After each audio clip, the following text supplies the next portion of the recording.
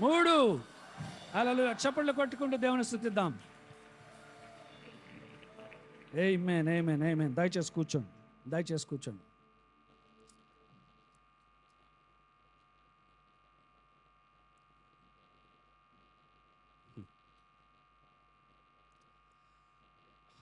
మొదటగా ఈ యొక్క అవకాశం ఇచ్చినందుకు దేవునికి వందనాలు చెల్లిస్తున్నాను. అంతేకాకుండా నా యొక్క ఆత్మీయ తల్లిదండ్రులు బిషప్ శామ్యుల్ పట్ట మరియు పాస్టర్ మర్లిన్ పట్ట గారికి కూడా నాకు ఇచ్చిన అవకాశాన్ని బట్టి ఈ ఉదయ కలాపసంలో వందనాలు చెల్లిస్తున్నాను. అయితే వాక్యంలోనికి వెళ్ళకముందు ఒక మాట చెప్తాను చూడండి. ఫస్ట్ సర్వీస్లో నేను ఇక్కడ కూర్చొని ఒక ఆలోచన వచ్చింది నాకేంటంటే, ఎందుకు తెలుగులో ప్రసంగం చేయడం కష్టం అవుతుంది అనే ఆలోచన వచ్చింది. అదే ఇంగ్లీష్లో ప్రసంగం చేస్తే అంత కష్టం అనిపించదు, కానీ తెలుగులో ఎందుకు ఇబ్బంది అవుతుంది అని ఆలోచిస్తే నేను గ్రహించిన విషయం ఏంటంటే, నేను ఇంగ్లీష్లో ప్రసంగం చేస్తే ఇంగ్లీష్లో ఆలోచిస్తూ ఇంగ్లీష్లో మాట్లాడతాను అన్నమాట. కానీ తెలుగు ప్రసంగానికి వచ్చేసరికి ఏమవుతుందంటే, నేను ఇంగ్లీష్లో ఆలోచించి దాన్ని నా మెదడులో తెలుగులోకి తర్జుమా చేసి అప్పుడు మాట్లాడతాను అన్నమాట. అంటే కొంచెం సమయం పడుతుంది. దయచేసి నేను తెలుగులో ఏమన్నా తప్పు మాట్లాడితే క్షమించాలి, ఓకేనా? చూడండి, నా నమ్మకం ఏంటంటే దేవుడు మనతో మాట్లాడబోతున్నాడు. హల్లెలూయా. కాబట్టి మీరు ఎలా అయితే ఈరోజు సంఘానికి వచ్చారో అలాగే తిరిగి వెళ్ళే అవసరం లేదు ఎవరికి కూడా. దేవుడు మన జీవితాన్ని మార్చగలడు కదా.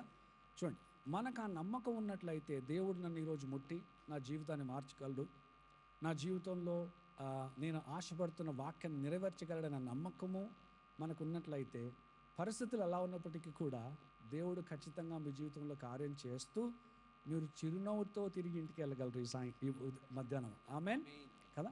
మీ బైబిల్ ఉన్నట్లయితే 2 దినవృత్తాంతాలు, 2 Chronicles 2 దినవృత్తాంతాలు 20వ అధ్యాయం గమనించండి. మనందరికీ తెలిసిన కథ ఇది. మొత్తం అధ్యాయం చదవను, కానీ ఒక ప్రాముఖ్యమైన విషయం, నాతో దేవుడు మాట్లాడిన విషయం ఈరోజు మీతో పంచుకోబోతున్నాను. జాగ్రత్తగా వినండి. ఎందుకంటే ఏ సత్యం అయితే లేకపోతే ఏ సూత్రం అయితే నేను వాక్యం ద్వారా మీకు చూపించబోతున్నానో ఇది నా జీవితాన్ని మార్చింది. నేను ఎప్పుడు ఒక మాట అంటాను, ఏమంటానంటే, సాధారణంగా నాకు అవకాశం వచ్చినప్పుడల్లా కూడా, లేదా ప్రసంగించడానికి లేకపోతే బోధించడానికి అవకాశం వచ్చినప్పుడల్లా కూడా నేను ఏదో చదివి వచ్చి చెప్పాను. ఇక్కడ సాధారణంగా నేను చేసేది ఏంటంటే, నేను ఏదైతే వాక్యం ద్వారా నేర్చుకున్నానో అది నా జీవితంలో అనుభవించి దాని యొక్క ఫలితం అనుభవించిన తర్వాతే నేను వచ్చి వాక్యాన్ని లేదా సత్యాన్ని పంచుకుంటాను అన్నమాట. కాబట్టి నేను ఏదైతే వాక్యం ద్వారా మీకు చూపించబోతున్నానో ఈ మధ్యకాల సమయము, నా జీవితంలో నేను దీన్ని ప్రాక్టీస్ చేశాను, అనుభవించి, అంతేకాకుండా దీని యొక్క ఫలితాన్ని అనుభవించాను అన్నమాట. చూడండి, ఈ సత్యము నా జీవితాన్ని, నా ప్రార్థన జీవితాన్ని, ఎలా నేను దేవుని వాక్యాన్ని నా జీవితంలో నెరవేర్చబడాలో నేర్చుకొని అనుభవించాను అన్నమాట. ఎప్పుడైతే నేను ఈ సత్యాన్ని పాటించాను, మనం ఏం నేర్చుకుంటాం సంఘంలో, లేకపోతే వాక్యంలో ఏం రాయబడి ఉంటుంది? కేవలం వాక్యం వినువారిగా కాకుండా విన్న వాక్యాన్ని పాటించిన వారే దాని ద్వారా వచ్చే లాభాలు పొందుకుంటారన్నమాట. చూడండి, వాక్యంలో దేవుడు రాయబడిన మేలులు మనం పొందుకోవాలంటే కేవలం వింటే సరిపోదు కదా, విన్న వాక్యాన్ని పాటించాలి. మనకు అది నచ్చినా నచ్చకపోయినా కదా. ఎప్పుడైతే మనం విన్న వాక్యాన్ని పాటిస్తామో అప్పుడు ఆ వాక్య ఫలము లేదా దేవుడు వాగ్దానం చేసిన మేలులు మన జీవితంలో మనం పొందుకుంటాం అన్నమాట. కాబట్టి నేను ఏ సత్యమైతే లేదా ఏ సూత్రాలు అయితే వాక్యం ద్వారా మీకు ఈ మధ్యకాలం సమయం చూపించబోతున్నానో ఇది కేవలం వింటే సరిపోదు. ఈ విన్న వాక్యాన్ని మీరు ఎప్పుడైతే క్రియారూపంలో మీ జీవితంలో పెడతారో అప్పుడు వాక్యం నెరవేర్చబడడం ఆరంభించి ఖచ్చితంగా మీ జీవితం మారుతుంది. ఎందుకంటే నా జీవితం మారింది దీని ద్వారా. చూడండి, దేవుడు పక్షపాతి కాదు. అంటే దేవుడు నా జీవితంలో చేసిన కార్యము, దేవుడు నా జీవితంలో చేసిన మేలులు మీ జీవితంలో కూడా చేయగలడు. నమ్మేవారు ఆమె చెప్పాలా కదా. కాబట్టి జాగ్రత్తగా విని ఎప్పుడైతే దీన్ని మీరు పాటిస్తారో అప్పుడు ఈ వాక్యం మీ జీవితంలో నెరవేర్చబడుతుంది. అయితే 2 దినవృత్తాంతాలు 20వ అధ్యాయం మనం గమనించినట్లయితే మనకు తెలిసిన లేదా మనం గ్రహించిన విషయం ఏంటంటే, యెహోషాపాతు ఒక సమస్యలో ఉన్నాడు కదా. వాక్యంలో ఏం రాబడి ఉంటుంది? సుమారు 3 నుంచి 5 సైన్యాలు అందరూ కూడా ఒకటై తనకు వ్యతిరేకంగా పోరాడడానికి లేదా తన రాజ్యానికి వ్యతిరేకంగా పోరాడటానికి సిద్ధమయ్యారంట. అయితే చూడండి, శత్రువు యొక్క ఉద్దేశం అంటే యెహోషాపాతుకి ఎదురుగా రావడానికి శత్రువు యొక్క ఉద్దేశం ఒకటే, యూదా దేశాన్ని నాశనం చేయటం. యూదా దేశాన్ని లేదా యెహోషాపాతు రాజ్యాన్ని నాశనం చేయాలనే ఉద్దేశంతో ఈ సైన్యం అంతా కూడా కట్టుముడి వచ్చారనమాట యెహోషాపాతుకి వ్యతిరేకంగా పోరాడటానికి. అయితే ఎప్పుడైతే యెహోషాపాతుకి ఈ యొక్క విషయం తెలిసిందో, వాక్యం ఏం రాయబడి ఉంటుంది, తన రాజ్యం అంతా కూడా, అంటే పురుషులు కానీ, పిల్లలు కానీ, స్త్రీలు కానీ, వీళ్ళందరూ కూడా ఏకమై దేవునికి మొరపెట్టారని వాక్యంలో రాయబడి ఉంటుంది. అయితే దేవునికి మొరపెట్టినప్పుడు దేవుడు వారి యొక్క ప్రార్థన లేదా వారి యొక్క మొరను విని వారి యొక్క సమస్యకు పరిష్కారం ఇచ్చాడని వాక్యంలో మనం నేర్చుకున్నాం అనమాట ఇంతకుముందు ఈ యొక్క వాక్య భాగం చదివినప్పుడు. అయితే ఆ యొక్క విషయం, అంటే ఏం జరిగింది, పరిస్థితి ఏముండింది, లేకపోతే ఏం జరిగింది, చివరికి ఏమైంది, వాటి గురించి మాట్లాడలేదు ఉదయకాల సమయం. నేను గమనించండి, ఒక ప్రాముఖ్యమైన విషయం నేర్చుకున్నాను ఈ కథ ద్వారా. అది 13వ వచనంలో రాయబడి ఉంటుంది. 12వ వచనం వరకు మనం వాక్యాన్ని గమనించినట్లయితే ఏముంటుందంటే, యెహోషాపాతు ఎదుర్కొంటున్న సమస్య ఏంటో మనకు వాక్యం తెలియపరుస్తుంది. అంతేకాకుండా ఈ సమస్య ఎదుర్కొంటున్నప్పుడు తను ఏం చేశాడో వాక్యం తెలియపరుస్తుంది. అంతేకాకుండా ఆయన చేసిన ప్రార్థన లేదా దేవునికి పెట్టిన మొర ఏంటో కూడా వాక్యం మనకు తెలియపరుస్తుంది కదా. మొర పెట్టిన తర్వాత ఏం చేశాడో 13వ వచనంలో రాయబడి ఉంటుంది. దయచేసి చదివాను 13 వర్స్. యూదా వారందరూ శిశువులతోనూ భార్యలతోనూ పిల్లలతోనూ యెహోవా సన్నిధిని నిలువబడిది. చూడండి ఏమంటుంది, వారందరూ కూడా ప్రార్థన ముగిసిన తర్వాత యెహోవా సన్నిధిలో నిలవబడిరి అని ఉంటుంది అనమాట. అంటే వేచి ఉన్నారనమాట. దేనికి? దేవుడు జవాబు ఇవ్వాలని.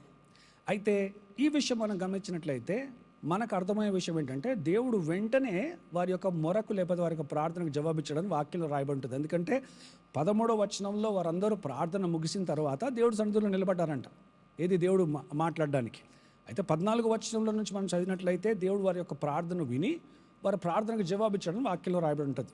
అయితే ఎంతసేపు వేచి ఉన్నారో తెలియదు మనకి.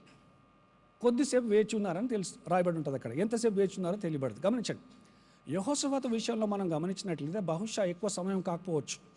వారు ప్రార్థన చేసిన కొద్దిసేపు దేవుని సన్నిధిలో నిలబడగానే దేవుడు వారి యొక్క ప్రార్థనకు జవాబిచ్చి ప్రత్యేకంగా వారు ఎదుర్కొంటున్న సమస్యకు పరిష్కారం ఇచ్చాడనే వాక్యం మనం తెలుసుకుంటాం, లేదా ఆ సత్యం మనం తెలుసుకుంటాం. కానీ గమనించండి, వేచి ఉండట గురించి మాట్లాడాలనుకుంటున్నాను ఈ మధ్యకాలపు సమయం. చూడండి, సాధారణంగా యెహోషాపాతుతో జరిగినట్టు అందరికీ జరగదు. అందరి అనుభవాలు వేరువేరుగా ఉంటాయన్నమాట కదా. ప్రత్యేకంగా మనలో ప్రార్థన అయిపోయిన తర్వాత వాక్యాన్ని లేదా వాక్యం నెరవేర్చబడటం కానీ, మనం ఏదైతే దేవుణ్ణి కోరుకుంటున్నామో అది మన జీవితంలో మనం పొందుకోవడానికి సాధారణంగా వేచి ఉండే సమయం ఉంటుందన్నమాట మధ్యలో కదా. అయితే గమనించండి, నేను నేర్చుకున్న విషయం ఏంటంటే, పోరాటము ప్రార్థనలో కాదు, పోరాటము జవాబు పొందుకోవటంలో కాదు, పోరాటము ఈ వేచి ఉండటంలో ఉంటుందన్నమాట.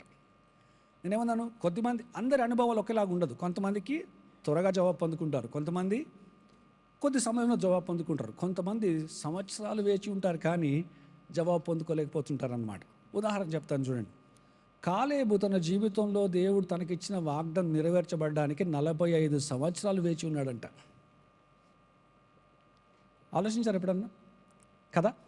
అదే శిష్యులు మనం గమనించినట్లయితే అపోస్తలుల కార్యం మొదటి 3 అధ్యాయాల్లో రాయబడి ఉంటుంది. యేసు ప్రభు వారికి ఇచ్చిన వాగ్దానము వారి జీవితంలో నెరవేర్చబడడానికి 50 రోజులు పట్టిందంట. ఎందుకంటే ఎప్పుడైతే పరిశుద్ధాత్మ దేవుని సంబంధించి దేవుడు యేసు ప్రభు వారికి వాగ్దానం ఇచ్చాడో, వాక్యంలో ఏం రాయబడి ఉంటుంది, వారందరూ కూడా ఏకమై పైగదిలో ప్రార్థన చేయడం మొదలుపెట్టారంట. మనమైతే మొదటి అధ్యాయం, 2వ అధ్యాయం, 3వ అధ్యాయం చదివేసి 3వ అధ్యాయంలో వాక్యం నెరవేర్చబడింది, వాగ్దానం వారి జీవితంలో నెరవేర్చబడింది, దేవుడు వారి యొక్క ప్రార్థన ఆలకించడం అనుకుంటాం. కానీ ఈ 3 అధ్యాయాల్లో గడిచిన సమయము 50 రోజులు. చూడండి, దేవుడు వాగ్దానం ఇచ్చిన 50 రోజుల తర్వాత వాక్యం నెరవేర్చబడిందంట. దేవుడు కాలేబుకి ఇచ్చిన వాగ్దానము నెరవేర్చబడడానికి 45 సంవత్సరాలు పట్టిందంట కదా. నేనేం చెప్పాను, అందరి అనుభవాలు ఒకేలాగా ఉండదు. కొన్నిసార్లు మనం ప్రార్థన చేసిన వెంటనే మన ప్రార్థనకు మనం జవాబు పొందుకుంటాం, కొన్నిసార్లు కొద్ది సమయం పట్టవచ్చు, కానీ కొన్నిసార్లు సమయం ఎక్కువ ఉంటుంది. అంటే ఈ గ్యాప్ మధ్యలో ప్రార్థన చేసినప్పటి నుంచి మనం జవాబు పొందుకునేంత వరకు ఉన్న సమయము ఎక్కువ అవుతుంటే ఏమవుతుందో తెలుసా, నిరుత్సాహపడతాం అన్నమాట. మనం ఎలాంటి ఆలోచనలు వస్తాయి, దేవుడు పట్టించుకోవట్లేదు నన్ను, దేవుడు మర్చిపోయాడు నన్ను, నేను ఎంత చేశాను దేవుడు రాజ్యానికి, దేవుడు నా అన్ని కూడా మర్చిపోయాడు అని అనుకుంటాం అన్నమాట. ఎందుకంటే ఎప్పుడైతే మనం ఏదైతే కోరుకుంటున్నామో, ఏ సమాధానం అయితే కోరుకుంటున్నామో, ఏ పరిష్కారం అయితే కోరుకుంటున్నామో, ఆ పరిష్కారము మనం అనుకున్న సమయానికి రాకపోతే, కొంచెం డిలే కానీ లేట్ అయిందంటే నిరుత్సాహంలోకి వెళ్ళిపోతాం అన్నమాట. అలా చాలాసార్లు జరిగింది నాతో. నేనేమన్నాను, ఏదైనా నేను బోధిస్తే ముందుగా నేను అనుభవించే మాట్లాడతాను దాని గురించి. ఇలాంటి పరిస్థితులు నాకు ఎన్నో వచ్చాయి జీవితంలో. చూడండి, నేను ప్రార్థన చేశాను, ఏదో మామూలుగా ప్రార్థన కూడా చేయలేదు. ప్రార్థన ఎలా చేయాలో నేర్చుకొని, దేవుని వాక్యాన్ని ఆధారంగా తీసుకొని, దేవుడు చెప్పిన మాటను ఆధారంగా తీసుకొని ప్రార్థన చేసినప్పటికీ కూడా నేను అనుకున్న సమయానికి మాత్రం ప్రార్థనకి జవాబు పొందుకోలేదు. నేను కొంతసేపు లేదా కొంతకాలము వేచి ఉండవలసి వచ్చింది నాకు కదా. అయితే నేను గ్రహించిన విషయం ఏంటంటే, ఈ కాలము ఎంత ఎక్కువ అవుతే అంత పడతాం మనం కదా. వదిలిపెట్టాలనిపిస్తుంది అనమాట కదా. అనుమానంలోకి వెళ్ళిపోతాం, భయంలోకి వెళ్ళిపోతుంటాం అనమాట. అయితే ఒకరోజు దేవుడిని అడిగాను, ప్రభువా, ఈ వేచి ఉండే కాలంలో నేను ఏం చేయాలి? నాకు తెలుసు నువ్వు నమ్మదగిన దేవుడు అని.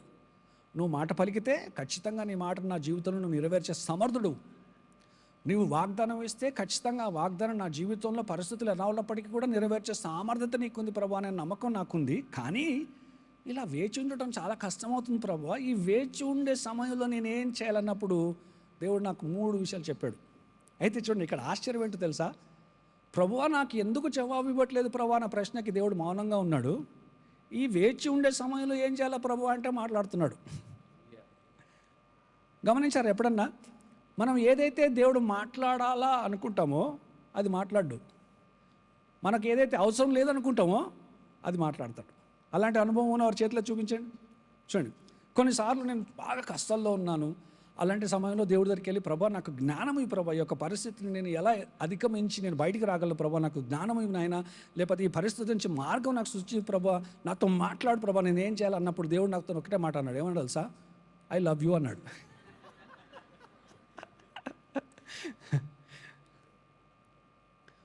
శుద్ధంగా తెలుగులో చెప్పాలంటే, కుమారుడా నేను ప్రేమిస్తున్నాను అన్నట్టు దేవుడు. చూడండి, నేనేమో సమస్య నుంచి బయటికి ఎలా రావాలా ప్రభా అని పరిష్కారం అడిగితే దేవుడు ఐ లవ్ యూ అంటున్నాడు. అలాంటి సమయంలో ఏం చేయాలో అర్థం కాదు కొన్నిసార్లు కదా. ఎందుకంటే మనం దేని గురించి అయితే ప్రార్థన చేస్తున్నామో, ఏదైతే కోరుకుంటున్నామో, ఏ పరిష్కారం గురించి అయితే వెతుకుతున్నామో, దేవుడు దాని గురించి ఏం మాట్లాడాడు కొన్నిసార్లు వెయిటింగ్లో పెడతాడనమాట. హిందీలో ఉంటుంది కదా, ఆప్ కతార్ మే హే కదా, you are waiting in the waiting list అని ఉంటుంది అనమాట కదా. ఆ సమయంలో ఏం చేయాలి ప్రభా? ఎందుకంటే మనం జాగ్రత్తగా పడకపోయినట్లయితే, ప్రత్యేకంగా ఈ వేచి ఉండే సమయంలో మనం జాగ్రత్తగా పడకపోయినట్లయితే వదిలిపెట్టేస్తాం. నిరుత్సాహపడి ప్రార్థన చేయడం మానేస్తాం. నిరుత్సాహపడి దేవుడు వాక్యంలో ఏదైతే కోరుకుంటున్నాడో అది చేయడం మానేస్తాం అన్నమాట. దానివల్ల ఏమవుతుందంటే దేవుని వాగ్దానం మన జీవితంలో నెరవేర్చబడకుండా మిగిలిపోతుంది. ఎందుకంటే నేను ఏమంటాను ఒక మాట, దేవుని వాక్యము నా జీవితంలో నెరవేర్చబడాలంటే నా బాధ్యత ఉంటుంది కదా. అంతా కూడా దేవుడే చేయాలి, నేను చేతులు ముడుచుకొని కూర్చున్నా అంటే కాదు. నేనేం చేయాలో దేవుడు నేను ఏం చేయాలని కోరుకుంటున్నాడో ఆ విషయం నేను చేసినప్పుడే ఆయన ఏదైతే వాగ్దానం చేశాడో అది నా జీవితంలో నెరవేరుస్తాడనమాట. కాబట్టి నేను గ్రహించిన విషయం ఏంటంటే, వేచి ఉండటం అంటే కేవలం చేతులు ముడుచుకొని మౌనంగా కూర్చోటం కాదు. వేచి ఉండే కాలంలో కూడా మనం ఏం చేయాలో తెలుసుకొని అది చేసినప్పుడే సమయం వచ్చినప్పుడు, అంటే ఆయన సమయం వచ్చినప్పుడు ఆయన వాక్యం ఖచ్చితంగా మన జీవితంలో నెరవేర్చబడుతుంది. నమ్మిన రామని చెప్పండి కదా. అయితే దేవుని ప్రశ్న అడిగాను, ప్రభా చాలా కష్టమవుతుంది ప్రభా నాకు ఇలా వేచి ఉండటం, ఎంతకాలం అని వెయిట్ చేయాలి నేను కదా. సంవత్సరాలు గడిచిపోతున్నాయి కానీ వాక్యము నెరవేర్చబడతలేదు ప్రభా అనే పరిస్థితులు అనేకం నాకు జీవితంలో. ఒక ఉదాహరణ చెప్తాను చూడండి. ఒక వాగ్దానం ఇచ్చాడు దేవుడు నాకు 2000 సంవత్సరంలో 2000. ఆ వాగ్దానం గురించి నేను ప్రతిసారి నాకు అవకాశం వచ్చినప్పుడు అల్లా కూడా, గుర్తొచ్చినప్పుడు అల్లా కూడా దేవునికి మొదటగా వందనాలు తెలుస్తూ ప్రభా ఆ వాక్యం నా జీవితం నెరవేర్చు ప్రభా అని అన్నప్పుడు ఎన్ని సంవత్సరాలు పట్టింది తెలుసా నాకు ఆ వాక్యం నెరవేర్చబడడానికి? 13 సంవత్సరాలు పట్టింది. 2000 సంవత్సరంలో దేవుడు ఇచ్చిన మాట 2013 సంవత్సరంలో నెరవేర్చబడింది అన్నమాట నా జీవితం. అలా నాకు అనేక పరిస్థితులు, అంటే అనుభవాలు ఉన్నాయి జీవితంలో. అయితే ఒకరోజు ఇలాగే ప్రార్థన చేశాను, ఒక విషయం గురించి ప్రార్థన చేశాను, దేవుడికి మొరపెట్టాను. అంతేకాకుండా ఎలా ప్రార్థన చేయాలో అంతా కూడా నేర్చుకొని ప్రార్థన చేశాను. కానీ వెంటనే సమాధానం రాలేదు. సమయం గడుస్తుంది, నాకు కష్టం ఎక్కువ అనిపిస్తుంది. సమయం గడుస్తుంది, ఇంకా దీన్ని పట్టుకోవాలా వదిలేయాలా, దేవుడు వింటున్నాడా లేదా అనే అనుమానాలు వస్తున్నాడు మనసులోకి. అలాంటి సమయంలో దేవుడి సన్నిధిలోకి వెళ్ళి అన్నాను, ప్రభా ఏం చేయాలి ప్రభా నీ సమయంలో? నా నమ్మకము నీవు ఖచ్చితంగా నీ వాక్యం నా జీవితంలో నెరవేరుస్తావు, అది తెలుసు నాకు. ఎందుకంటే నీవు నమ్మదగిన దేవుడువు, అబద్ధం ఆడలేవు. అంటే నువ్వు ఒక మాట పలికితే ఖచ్చితంగా ఆ మాట నెరవేర్చబడుతుంది. ఎప్పుడు నెరవేర్చబడుతుందో తెలియకపోవచ్చు, కానీ ఒకానొక రోజు ఖచ్చితంగా దేవుడు నన్ను ఆశ్రదించి ఆయన వాక్యం నా జీవితం నెరవేరుస్తాడనే నమ్మకం నాకుంది. కానీ ఈ వెయిటింగ్ పీరియడ్, అంటే వేచి ఉండే సమయంలో ఏం చేయాలా ప్రభు అన్నప్పుడు దేవుడు నాతో 3 విషయాలు మాట్లాడాడు. మొట్టమొదటి విషయం ఏమన్నాడంటే భయపడొద్దు అన్నాడు. చూడండి, చాలా ఇంపార్టెంట్, ఇది చాలా ప్రాముఖ్యమైన విషయం. భయపడొద్దు అన్నాడు. గమనించండి, భయము సాతాను మన జీవితంలో కార్యం చేయడానికి దారితీస్తుంది అన్నమాట. వాక్యంలో ఏం రాయబడి ఉంటుంది? విశ్వాసము లేకుండా దేవుడికి ఇష్టడై జీవించుట అసాధ్యము కదా, ఆయన వద్దకు వచ్చేవాడు ఆయన ఉన్నాడని నమ్మవలను కదా అని వాక్యంలో రాయబడి ఉంటుంది. అవునా? చూడండి, నమ్మవలను కదా అని ఉంటుంది వాక్యంలో. ఎలా అయితే విశ్వాసము దేవుడు నా జీవితంలో కార్యం చేయడానికి ద్వారాలు విప్పుతుందో, అలాగే భయము సాతాను నా జీవితంలో కార్యం చేయడానికి ద్వారాలు విప్పుతుంది అన్నమాట. గమనించండి, దేవుడు వాక్యంలో చేసిన ప్రతి వాగ్దానము కేవలము విశ్వాసం అనే వేదిక పైన మనం పొందుకోగలం. అలాగే సాతాను క్రియలు కానీ, సాతాను ప్రణాళికలు కానీ, సాతానుకు మన పట్ల మనకు వ్యతిరేకంగా రూపించబడిన సాతాను ఆయుధాలు కానీ మన జీవితంలో పని చేయాలంటే అది కేవలం భయం అనే వేదిక పైనే సాధ్యమవుతుంది అన్నమాట. కాబట్టి మొట్టమొదటి విషయం దేవుడు నాతో ఏమన్నాడంటే ఈ వేచి ఉండే కాలంలో భయపడొద్దు అన్నాడు అనమాట. చూడండి, ఉదాహరణ చూపిస్తాను మీకు. మార్కు సువార్త 5వ అధ్యాయము 21 నుంచి 24 వచనాలు. మార్కు సువార్త 5వ అధ్యాయము 21 నుంచి 24 వచనాలు. యేసు మరలా దోణ ఎక్కి అద్దరికి వెళ్ళినప్పుడు బహుజన సమూహము ఆయన యొద్దకు కూడి వచ్చెను. ఆయన సముద్ర తీరమున ఉండగా సమాజ మందిరపు అధికారుల్లో యాయీరను ఒకడు వచ్చి ఆయనను చూచి ఆయన పాదముల మీద పడి, నా చిన్న కుమార్తె చావనయున్నది, అది బాగుపడి బ్రతుకున్నట్లు నీవు వచ్చి దాని మీద చేతులుంచవలనని ఆయనను మిగుల బ్రతిమాలుకొనెను. ఆయన అతనితో కూడా వెళ్ళెను. బహుజన సమూహం ఆయన వెంబడించెను, ఆయన మీద పడుచుండిరి. చూడండి, 23 వచనం గమనించినట్లయితే యాయీరు పరిస్థితి ఎలా ఉందో వాక్యం అనేది తెలియపరుస్తుంది. ఏమంటుంది వాక్యం? తన కుమార్తె చావనే ఉన్నదని ఉంటుంది, అంతే, చనిపోలేదు ఇంకా కదా. అలాంటి పరిస్థితుల్లో తను యేసు ప్రభు దగ్గరికి వచ్చి ఏం వేడుకున్నాడు? ప్రభువా, ఇంటికి వచ్చి నా యొక్క కుమార్తెను స్వస్థపరచు ప్రభు అన్నప్పుడు యేసు ప్రభు ఆయన ఇంటికి వెళ్ళడానికి సిద్ధమవుతూ ప్రయాణం ఆరంభించారు కదా. ఈ ప్రయాణంలో జరిగిన సంఘటన మనందరికీ తెలుసు. ఇక్కడే ఈ యొక్క 12 సంవత్సరాల నుంచి అనారోగ్యంతో బాధపడుతున్న స్త్రీ వచ్చి తను స్వస్థత పొందుకొని ఏం జరిగింది? యేసు ప్రభు తను వెతికి ముందుకు పిలిచి సాక్ష్యం చెప్పమన్నారు అనమాట. అవునా? గమనించండి, మీరు గమనించారా? మన చర్చిలో సాక్ష్యం చెప్పడానికి మనం మైక్ ఇవ్వము అందరికీ. గమనించారా? ఎవరో చెప్తారు వాళ్ళ తరఫున సాక్ష్యం. ఎందుకంటే సాధారణంగా దేవుడు మన జీవితంలో మేలు చేసిన తర్వాత మనకు సాక్ష్యం చెప్పమని అవకాశం ఇస్తే మనం ఎక్కడ ఆరంభిస్తాము? ఆదికాండంలో ఆరంభిస్తామన్నమాట కదా. చూడండి, ఆ స్త్రీ యొక్క సాక్షిని మీరు గమనించినట్లయితే తను అలానే చేసింది. ఎక్కడ ఆరంభించింది? తను 12 సంవత్సరాల క్రితం ఎప్పుడైతే తన అనారోగ్యంతో బాధపడడం మొదలైందో అక్కడి నుంచి ఆరంభించింది అన్నమాట కదా. ఏం చెప్పింది? 12 సంవత్సరాలు నేను కష్టపడ్డాను, అనేకుల వైద్యుల దగ్గరికి వెళ్ళాను, నా దగ్గర ఉన్న డబ్బంతా ఖర్చు పెట్టాను, ఇదంతా అయిపోయిన తర్వాత యేసు ప్రభు గురించి విన్నాను. చూడండి, అంటే ఏం చేసింది? తను మొత్తం స్టోరీ, కథ అంతా చెప్పింది అనమాట, సాక్షి చెప్పింది. ఏం తప్పులేదు దాంట్లో. కానీ గమనించండి, ఏం జరుగుతుంది ఇక్కడ? యాయీరుకి తడబడుతున్నాడు అనమాట. ఎందుకు? వేచి ఉన్నాడు. దేని కొరకు? యేసు ప్రభు తన ఇంటికి వచ్చి అద్భుత కార్యం చేయాలనే ఆశతో వేచి ఉన్నాడు అనమాట.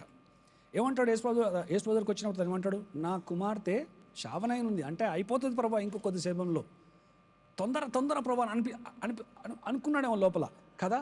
నేను ఎలా ఆలోచిస్తానంటే నా నమ్మకం లేకపోతే నా ఆలోచన అనుసారంగా బహుశా యాయీరు అనుకున్నాడేమో, నేను మొదలుగా వచ్చాను, నేను ఫస్ట్ వచ్చాను కాబట్టి నువ్వు నాకే ఫస్ట్ పరిచయం చేయాలి, తర్వాత తనకి చేయాలి, తను సెకండ్ కదా. మన మనస్తత్వం అలాంటిది కదా.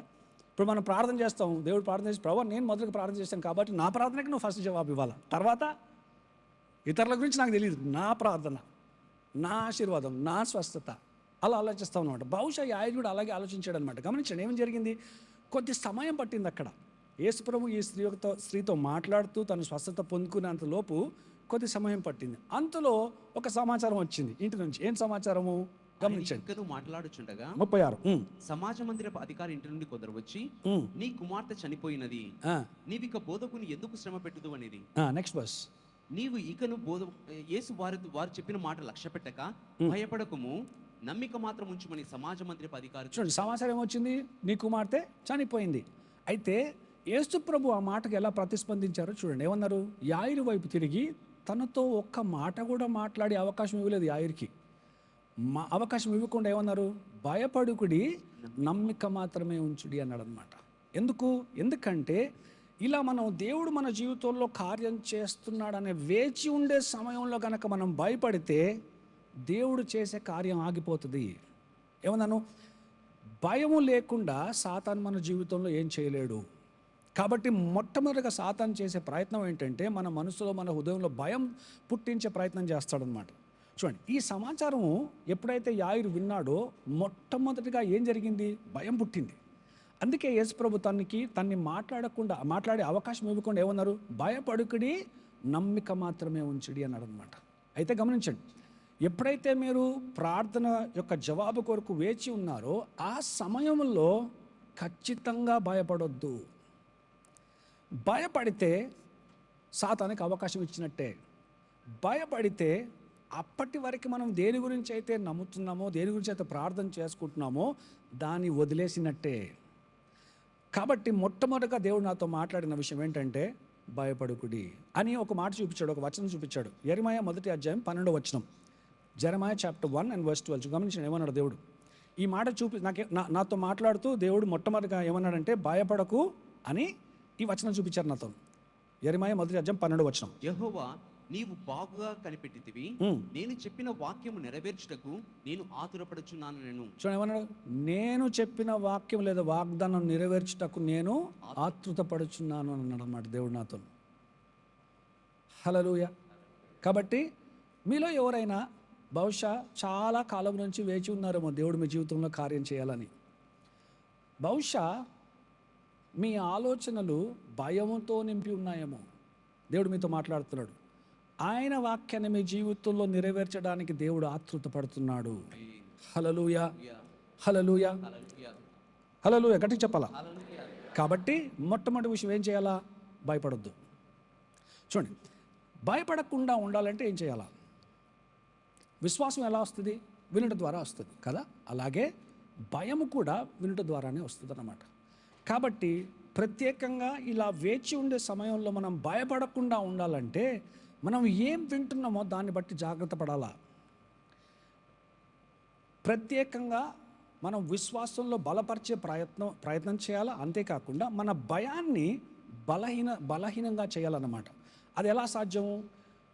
ఏదైతే విశ్వాసాన్ని బలపరుస్తుందో అది వినాలా, ఏదైతే భయాన్ని బలపరుస్తుందో అది వినొద్దు. చూడండి ఏమన్నాను? విశ్వాసము వినుట ద్వారా కలుగును, అలాగే భయం కూడా వినుట ద్వారా కలుగును. కాబట్టి భయపడకుండా ఉండాలంటే మన బాధ్యత మనం ఏం వింటున్నామో దాన్ని బట్టి జాగ్రత్త పడాలా. చూడండి, అనారోగ్యంతో బాధపడుతూ మీరు స్వస్థత కొరకు వేచి ఉన్నట్లయితే డాక్టర్ ఏం చెప్తున్నాడో వింటే విశ్వాసంలో అది భయం వస్తుంది. కానీ దేవుడు ఏని పలికాడో వాక్యంలో అది వింటే విశ్వాసంలో బలపరచబడతాం అన్నమాట. మన శరీరం ఆ సమయంలో ఏం చెప్తుందో, మనతో ఏం మాట్లాడుతుందో, లేకపోతే మనకున్న రుజువులు ఏమున్నాయో వాటి మాటలు వింటే భయంలో బలపరచబడతాం. కాబట్టి భయాన్ని బలహీనపరిచే బాధ్యత మనది, విశ్వాసాన్ని బలపరుచుకునే బాధ్యత మనది. కాబట్టి ఇలాంటి సమయంలో ఎప్పుడైతే మనం దేవుడు మన జీవితంలో కార్యం చేయడానికి వేచి ఉంటామో ఆ సమయంలో ప్రత్యేకంగా భయానికి ఎలాంటి అవకాశం ఇవ్వద్దు. అందుకే దేవుడు ఏం చేశాడు? యేసుప్రభు ఏమన్నాడు? యాయిరు వైపు చూసి భయపడుకుడి, నమ్మిక మాత్రమే ఉంచుడి. హల్లెలూయా. బహుశా మీరు అసాధ్యమైన పరిస్థితుల్లో ఉన్నారేమో, దేవుడు మీతో మాట్లాడుతున్నాడు. భయపడుకుడి, నమ్మిక మాత్రమే ఉంచుడి. బహుశా మీకు అనారోగ్యమైన డాక్టర్ ఏమైనా రిపోర్ట్ ఇచ్చాడేమో, టర్మినల్ డిసీజ్ ఉండొచ్చు, లేకపోతే దీనికి స్వస్థత లేదనే మాట పలికారేమో డాక్టర్ మీతో. భయపడుకుడి, నమ్మిక మాత్రమే ఉంచుడి. బహుశా మీరు అప్పులలో కూరుకుపోయి ఉన్నారేమో, ప్రస్తుతం ఆ పరిస్థితి నుంచి బయటకు వచ్చే అవకాశం కనిపించకపోవచ్చు మీకు. కానీ దేవుడు మీతో మాట్లాడుతున్న మాట, భయపడుకుడి, నమ్మిక మాత్రమే ఉంచుడి. ఆయన వాక్యాన్ని మీ జీవితంలో నెరవేర్చడానికి ఆతుతపడుతున్నాడు. నమ్మినవారు హల్లెలూయా చెప్పాలా? కాబట్టి మొదటి విషయము, భయపడొద్దు. నేను అడిగాను దేవుడు, ప్రభా ఏం చేయాలంటే, మొట్టమొదటి మాట దేవుడు నాతో అన్నాడు, భయపడొద్దు అన్నాడు. రెండోది, మర్చిపోవద్దు అన్నాడు. అర్థం అవ్వలేదు ఫస్ట్ టైం ఈ మాట విన్నప్పుడు. నేను ఏం మర్చిపోవాలి ప్రభా, ఏం మర్చిపోవద్దు ప్రభా నేను అప్పుడు. దేవుడు ఏమన్నాడు తెలుసా? గతంలో నేను నీ జీవితంలో చేసిన మేలులను మర్చిపోవద్దు, గుర్తు చేసుకో అన్నాడు అనమాట. వాక్యం ఏం రాయబడి ఉంటుంది? కీర్తనల 103 2 వచనం. కీర్తనల 103, యెహోవాను సన్నుతించుము, ఆయన చేసిన ఉపకారములలో దేనిని మరువకుము. చూడ, ఆయన చేసిన ఉపకారములను దేనిని మరువకము. రెండో విషయం, దేవుడు నాతో మాట్లాడిన విషయం, ఎప్పుడైతే నేను వేచి ఉన్నానో, ఆయన వాక్యం నా జీవితంలో నెరవేర్చబడి నేను వేచి ఉన్నానో, ఆ సమయంలో మొట్టమొదటిగా దేవుడు నన్ను ఆజ్ఞాపించాడు. మేడం ఏమన్నాడు? భయపడకన్నాడు. రెండోది, మర్చిపోకన్నాడు అనమాట. ఏం మర్చిపోవద్దు? దేవుడు నా జీవితంలో గతంలో చేసిన మేలులను మర్చిపోవద్దు. ఎందుకంటే హెబ్రీలు 13:8 వచనం అనుసారంగా వాక్యంలో ఏం రాయబడి ఉంటుంది? యేసు ప్రభు నిన్న, నేడు, రేపు నిరంతరము ఏకరీతిగా ఉన్నవాడు అని ఉంటుంది అన్నమాట. అంటే గతంలో దేవుడు నా జీవితంలో ఏదైనా మేలు చేసినట్లయితే ఖచ్చితంగా ఆ మేలు మళ్ళీ చేయగలడు. హల్లెలూయా. గతంలో దేవుడు నన్ను స్వస్థపరిచినట్లయితే, ప్రస్తుతం ఎలాంటి అనారోగ్యం ఉన్నా కూడా దేవుడు నన్ను ఖచ్చితంగా స్వస్థపరచగలడు. హల్లెలూయా. గతంలో దేవుడు నాకు మార్గం లేని పరిస్థితుల్లో మార్గం సృష్టించాడంటే, ఈ పరిస్థితుల్లో కూడా ఖచ్చితంగా నా దేవుడు నా కొరకు, మీ కొరకు మార్గం సృష్టించగలడు అనే మాట మర్చిపోద్దన్నాడు దేవుడు నాతో. కదా, ఒక ఉదాహరణ చూపిస్తాను. మొదటి సామ్యులు 30 అధ్యాయం. చూడండి, ఇక్కడ దావీదు ఒక సమస్యలో ఉన్నాడు. మనందరికీ తెలిసిన విషయం. మళ్ళీ ఒక అమాలీకులు తన ఉన్న పట్టణం పైన దండెత్తి అక్కడ ఉన్నదంతా కూడా దోచుకుని వెళ్ళిపోయారని ఉంటుంది అన్నమాట వాక్యంలో. అయితే ప్రత్యేకంగా 6వ వచనం చదువుకుందాం. 6వ వచనం. దావీదు మిక్కిలి దుఃఖపడెను, మరియు తమ కుమారులను బట్టి కుమార్తెలను బట్టి జనులకందరికీ ప్రాణము విసిగినందున రాళ్ళు రువ్వి దావీదును చంపుదము రండిని వారు చెప్పుకొనగా, దావీదు తన దేవుడైన యెహోవాను బట్టి ధైర్యము తెచ్చుకొనెను. ఒకసారి ఆలోచించిన పరిస్థితి ఎలా ఉంది ఇక్కడ? తన సొంత మనుషులు, తన సొంత సైన్యమే జరిగిన దానికి కారణము దావీదుని నిందించి దావీదుని చంపేయాలని నిర్ణయించుకున్నారంట. రాళ్ళతో కొట్టి చంపేయాలని నిర్ణయించుకున్నారంట కదా. చూడండి, కేవలం వారే పోగొట్టుకోలేదు, దావీదు కూడా సమస్తం పోగొట్టుకున్నాడు ఆ రోజు. తన కుటుంబం పోయింది, తన అంతవరకు కష్టపడి సంపాదించింది అంతా కూడా పోయిందన్నమాట కదా. అంటే ఎలాంటి పరిస్థితుల్లో ఉన్నారు? మార్గం లేదు, అసలు నిరీక్షణ లేదు, అలాంటి పరిస్థితుల్లో ఉన్నారు. ఆ పరిస్థితిని బట్టి తన మనుషులంతా కూడా దావీదే దీనికి కారణమని దావీదుని చంపేయాలని నిర్ణయించుకున్నారనమాట. అలాంటి పరిస్థితుల్లో నన్ను ఆశ్చర్యపరిచిన విషయం ఏంటంటే, దావీదు చేసిన క్రియ. వాక్యం ఏం రాబడుతుంది? తనను తాను యెహోవా యందు ధైర్యం బలపరుచుకున్నాను ఉంటుంది అన్నమాట వాక్యంలో. ఎలా చేయగలిగాడు ఈ వ్యక్తి అనుకున్నాను నేను. చూడండి, అలాంటి పరిస్థితుల్లో సాధారణంగా ఎవరైనా ఉన్నట్లయితే వారు ఆలోచించేది ఒకటే, ఆత్మహత్య, చనిపోతే బెటర్ కదా, చనిపోతే మేలు అనే ఆలోచన వస్తుంది అనమాట కదా. కానీ గమనించండి, దావీదు అలా చేయలేదు, అలా ప్రతిస్పందించలేదు ఈ యొక్క పరిస్థితికి. తను ఎలా ప్రతిస్పందించాడు? తనను తాను యెహోవా యందు బలపరుచుకున్నాడంట. అయితే దీని గురించి ఆలోచించాను నేను, ఎలా చేయగలిగాడు? ఎందుకంటే పరిస్థితులను చూస్తే మార్గం లేదు. తన సొంత మనుషులే, తన సొంత సైన్యమే, తను తరిబిదిచ్చి పెంచిన వారందరూ కూడా తిరగబడి తను చంపాలని నిర్ణయించుకున్నారు. అంతేకాకుండా సమస్తం కూడా కోల్పోయిన పరిస్థితిలో ఉన్నాడు. అంటే మార్గము లేదు, నిరీక్షణ లేదు, ఆ పరిస్థితి నుంచి బయటపడే అవకాశమే లేదు సాధారణంగా గమనించినట్లయితే. కానీ ఆ పరిస్థితుల్లో కూడా నిరుత్సాహపడకుండా దావీదు ఏం చేశాడు? తనను తాను యెహోవా యందు బలపరుచుకున్నాడని వాక్యంలో రాయబడి ఉంటుందన్నమాట. అయితే నాకు ఒక ప్రశ్న వచ్చింది ఇక్కడ, ఎలా చేయగలిగాడు ఇదని? అప్పుడు నేను గ్రహించిన విషయం ఏంటంటే, దావీదు దేవుడు తన జీవితంలో చేసిన మేలులను ఎప్పుడు కూడా గుర్తుపెట్టుకునేటోడు అనమాట. చూడండి, నిపుణుడు దీంట్లో దావీదు. ఒక ఉదాహరణ చెప్తాను. ఎప్పుడైతే గొలాయత్ని ఎదుర్కొనే పరిస్థితి వచ్చిందో, సౌలు దావీదుని చూసి ఏమంటాడు? నువ్వు యవనస్తుడివి, అవకాశమే లేదు నువ్వు వాడిని చంపడానికి అన్నప్పుడు దావీదు ఏమంటాడు? నేను ముందుగానే ఒక సింహాన్ని, ఒక ఎలుగుబంటిని చంపేశాను అని ఏమంటాడు? ఏ దేవుడైతే వీటిని చంపడానికి నాకు సహాయం చేశాడో, ఆ దేవుడు వీడిని చంపడానికి నాకు సహాయం చేస్తానన్నాడు అనమాట దావీదు. చూడండి, ఏం చేస్తున్నాడు దావీదు అక్కడ? గతంలో దేవుడు తన జీవితంలో చేసిన మేలును గుర్తు చేసుకుంటున్నాడు కదా. అయితే నేను ఎప్పుడైతే దేవుడిని ప్రశ్న అడిగానో, ప్రభా ఈ వేచి ఉండే సమయంలో ఏం చేయాలన్నప్పుడు రెండో మాట దేవుడు నాతో చెప్పింది, మర్చిపోవద్దు అన్నాడు అనమాట. ఏం మర్చిపోవద్దు? దేవుడు నా జీవితంలో చేసిన మేలుళ్ళు మర్చిపోవద్దు. అయితే మొదటి సమయంలో 30 అధ్యాయంలో జరిగిన సంఘటన మనం గమనించినట్లయితే, దావీదు తనను తాను యెహోవా యందు ఎలా బలపరుచుకున్నాడు, గుర్తు చేసుకున్నాడు దేవుడు గతంలో తన కొరకు ఏం చేశాడు అని. తను ఏ పరిస్థితిలో ఉండేవాడో, ఇప్పుడు ఏ స్థాయికి ఎదిగాడో దానికి కారణము దేవుడు, దానికి కారణం యెహోవా అనే మాట గుర్తు చేసుకున్నాడు. చూడండి ఏం గుర్తు చేసుకున్నాడు? సింహాన్ని చంపే సహాయం చేసిన నా యెహోవా ఈ పరిస్థితుల్లో కూడా నాకు ఖచ్చితంగా సహాయం చేయగలడు కదా. గొలాయత్ని ఎదుర్కొన్నప్పుడు సహాయం చేసిన నా దేవుడు ఈ పరిస్థితుల్లో కూడా నాకు ఖచ్చితంగా సహాయం చేయగలడనే మాట గుర్తు చేసుకున్నాడు. ఎందుకు? ఆయన నిన్న నేడు నిరంతరము ఒకే రీతిగా ఉన్న దేవుడు. హల్లెలూయా. కాబట్టి ఎప్పుడైతే మనం ఇలా దేవుడు సమాధానం ఇస్తున్న సమయంలో వేచి ఉంటామో, రెండో ప్రాముఖ్యమైన విషయము, మన జీవితంలో చేసిన మేలుని ఎప్పుడు కూడా మర్చిపోవద్దు. అందుకే నేను చాలామందికి ఏం ప్రోత్సహిస్తానంటే, ఎప్పుడైనా దేవుడు మీ జీవితంలో మేలు చేస్తే వెంటనే దాన్ని నోట్ చేసుకోవాలి, రాసుకోవాలి, ఒక పుస్తకంలో రాసుకోవాలి. డేటు, టైము, దేవుడు ఏం చేస్తాడో రాసుకోవాలి. పరిస్థితి ఎలా ఉండింది, ఆ పరిస్థితిలో దేవుడు సహాయం చేస్తూ ఏం చేస్తాడో రాసుకోవాలి. అది మీ రెండో బైబిల్గా ఉండాలి మీ దగ్గర. మొదటిది ఈ బైబిల్, రెండోది మీ టెస్టిమనీ బుక్, రెండో బైబిల్గా ఉండాలి. ఎందుకు ఇలా చేయాలో చెప్తాను, గమనించండి. మనతో వచ్చే సమస్య ఏంటంటే, మనము చెడుని గుర్తుపెట్టుకోవడంలో నిపుణులము.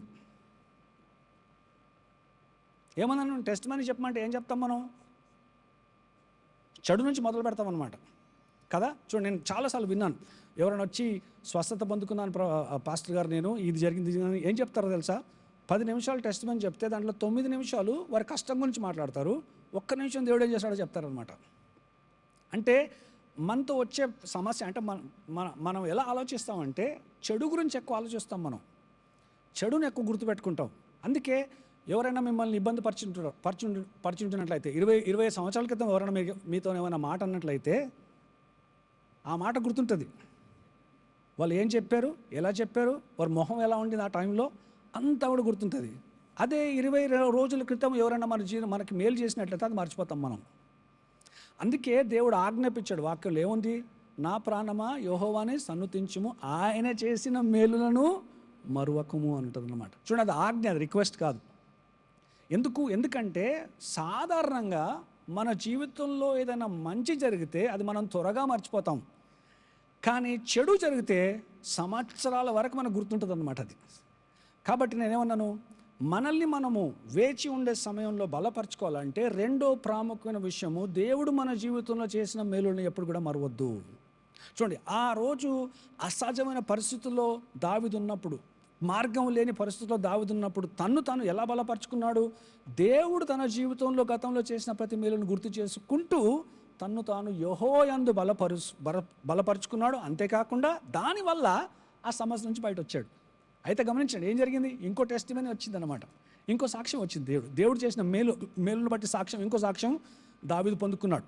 కాబట్టి ఎప్పుడు కూడా దేవుడు చేసిన చిన్నవైనా పెద్దదైనా మేలులు మర్చిపోవద్దు. అది మర్చిపోకుండా ఉండాలంటే నోట్ చేసుకోవాలి, ఒక పుస్తకం మెయింటైన్ చేయాలి. ప్రతిరోజు దేవుడు చేసిన ప్రతి మేలుని, ఇంతవరకు జీవితంలో దేవుడు మీకు చేసిన టెస్టిమనీస్ ఏవైతే ఉన్నాయో అవంతా కూడా కూర్చొని రాసుకోవాలి. చూడండి, అలా రాస్తుండగా ఏం జరుగుతుందంటే, మీరు గ్రహించకపోకుండానే మీరు బలపరచబడుతుంటారనమాట. ఒక ధైర్యం వస్తుంది, ఒక రకమైన విశ్వాసం పెరుగుతుంది అన్నమాట మనలో. ఏంటి, అరే దేవుడు ఇది చేశాడు కదా, ఇది చేయలేడా, అప్పుడు మార్గం సృష్టించాడు కదా, ఇప్పుడు మార్గం సృష్టించలేడన్న ఆలోచన మారుతుంది అన్నమాట. ఎందుకంటే పాస్టర్ గారు కొన్ని వారాల క్రితం ఇమాజినేషన్ గురించి మాట్లాడుతూ ఏమన్నారు, ప్రార్థనలో మన ఆలోచన కూడా చాలా ప్రాముఖ్యం అన్నమాట. మనం సరిగ్గా ఆలోచించకుండా ప్రార్థన చేస్తే మన ప్రార్థనకు జవాబు పొందుకోలేము మనం. కాబట్టి రెండో ప్రాముఖ్యమైన విషయం, ఇంతవరకు దేవుడు మీ జీవితంలో చేసిన మేలులను ఎప్పుడు కూడా మర్చిపోవద్దు. హల్లెలూయా చెప్పండి, నమ్మిన వారు. చూడండి, ఏం రాయబడి ఉంటుంది? ఆయన చేసిన మేలులను ఎప్పటికీ మర్చిపోవద్దు. రెండోది, మొదటిది భయపడొద్దు అన్నాడు దేవుడు, రెండోది మర్చిపోద్దు అన్నాడు, మూడోది నిరుత్సాహపడొద్దు అన్నాడు అనమాట. మూడో విషయం నిరుత్సాహపడొద్దు అన్నాడు. అయితే దీన్ని బట్టి నేను వాక్యాన్ని వెతకడం మొదలుపెట్టాను. నిరుత్సాహపడకుండా ఉండాలంటే ఏం చేయాలా? ఎందుకంటే గమనించండి, ఏమన్నాను, పోరాటము లేకపోతే కష్టము ప్రార్థన చేసినప్పుడు ఉండదు, లేదా కష్టము జవాబు పొందుకున్నప్పుడు ఉండదు. కష్టం ఈ మధ్యలో ఉంటుందన్నమాట.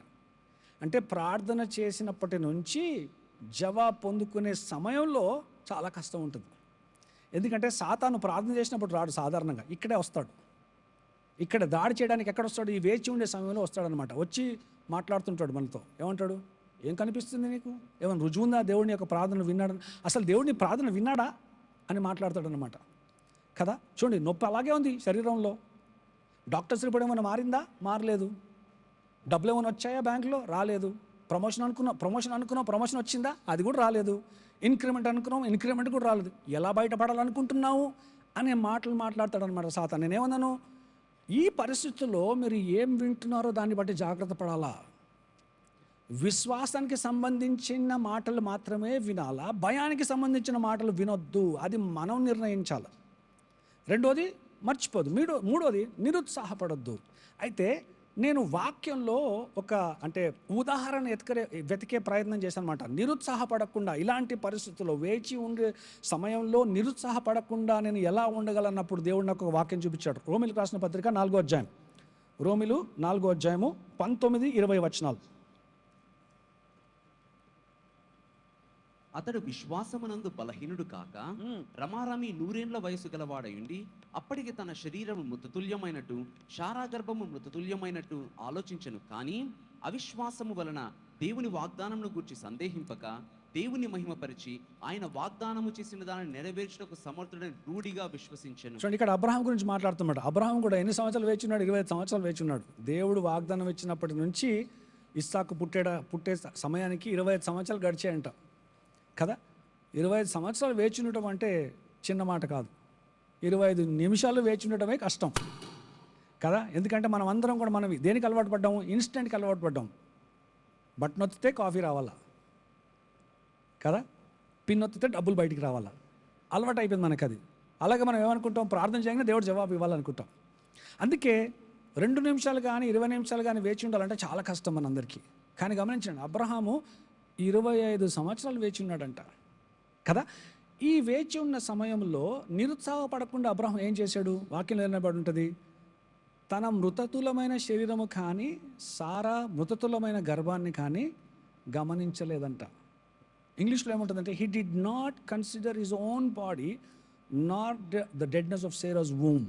తన మృతతుల్యమైన శారా గర్భంలో కానీ తన శరీరంలో కానీ తను పట్టించుకున్నాడు. చూడండి, అంటే తనకి ఏం కనిపిస్తుందో, తను ఏం అనుభవిస్తున్నాడో, తనకి ఏం వినిపిస్తుందో వాటిని లెక్క చేయకుండా దేవుడు చెప్పిన మాటను పట్టుకొని కూర్చున్నాడంట అబ్రహాం. చూడండి, దీని గురించి కొన్నిసార్లు ఆలోచిస్తే చాలా కష్టం ఉండి ఉండొచ్చు అబ్రహాంకి. ఎందుకంటే గమనించండి, ప్రతిరోజు మనం సాధారణంగా ఏం చేస్తాము? లేచి ముఖం కడుక్కొని ఎక్కడ చూసుకుంటాం? మనల్ని మనం ఎక్కడ చూసుకుంటాం? అద్దంలో చూసుకుంటాం కదా. ఎంతమంది అద్దంలో చూసుకుని వచ్చారు ఈ ఉదయకాల సమయం? అందరం కదా. గమనించండి, అద్దంలో ఎందుకు చూసుకుంటాం మనం? అద్దం మనతో మాట్లాడుతుంది. నేను ఎలా ఉన్నానో అద్దం నాకు చెబుతుంది అనమాట. అంటే గమనించండి, ప్రతిరోజు తను లేచి మొహం కడుక్కొని అద్దం ముందు నిలబడితే అద్దం అబ్రహాంతో మాట్లాడుతుంది. ఏం మాట్లాడుతుంది? వృద్ధుడా, ముసలోడా, నీ భార్యను చూసావా? ఎలా అనుకుంటున్నావు వాక్యం నీ జీవితంలో నెరవేర్చబడుతుందని? అలా పరిస్థితులు తనతో మాట్లాడుతుంటే అబ్రహాం ఏం చేశాడు తెలుసా? లెక్క చేయలేదంట. లెక్క చేయకుండా వాగ్దానము చేసిన దేవుడు నమ్మదగిన దేవుడు అని నమ్ముతూ దృఢంగా ఆ మాట పైన నుంచున్నాడంట. గమనించండి, దాన్ని బట్టి తను నిరుత్సాహపడలేదు. అందుకే ఎప్పుడు కూడా మనము వాక్యాలతో సిద్ధంగా ఉండాలా. సాతాను వచ్చి మాట్లాడిన వెంటనే మనం తిరిగి మాట్లాడాలి సాతానుతో.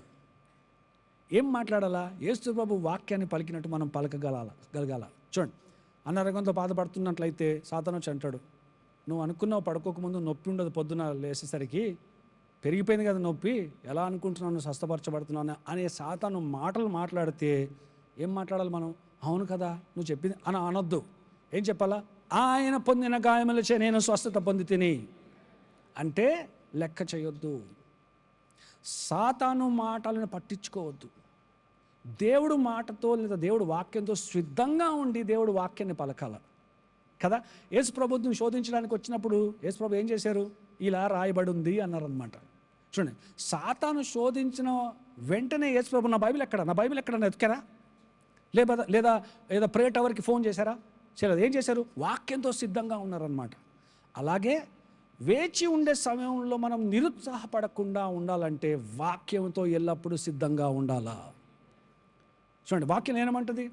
తన శరీరాన్ని, సారా యొక్క మృతతులమైన గర్భాన్ని లెక్క చేయకుండా అబ్రహాము దృష్టంతా కూడా దేవుడు చెప్పిన మాట పైన ఉండిందంట. హల్లెలూయా. చూడండి, బహుశా ప్రస్తుతం మీరు ఓటమి పాలై ఉన్నారేమో, కానీ మీ దృష్టి మీ పరిస్థితుల పైన కాదు, ఆయన వాక్యం పైన ఉండాలి. ఎందుకంటే నా దేవునికి సమస్తము సాధ్యము. 24 గంటల్లోపు దేవుడు మీ జీవితాన్నే మార్చగలడు. అనేక సార్లు వాక్యంలో చేశాడు, చరిత్రలో చేశాడు, మళ్ళీ చేయగలడు. ఎందుకంటే ఆయన ఎప్పటికీ మారడు. మనతో మనం వాక్యాన్ని గుర్తు చేసుకుంటూ నిరుత్సాహం నుంచి బయటికి రావాలా. చూడండి, భయపడొద్దు, మర్చిపోవద్దు, నిరుత్సాహపడొద్దు. చూడండి, ఒక వచనం చూపిస్తాను. కీర్తనలు 27వ అధ్యాయము 13వ వచనం వాక్యం వినబడుతుంది. చూడండి, కీర్తనలు 27:13. సజీవుల దేశమున నేను యెహోవా దయ పొందుదును. నన్ను నమ్మకం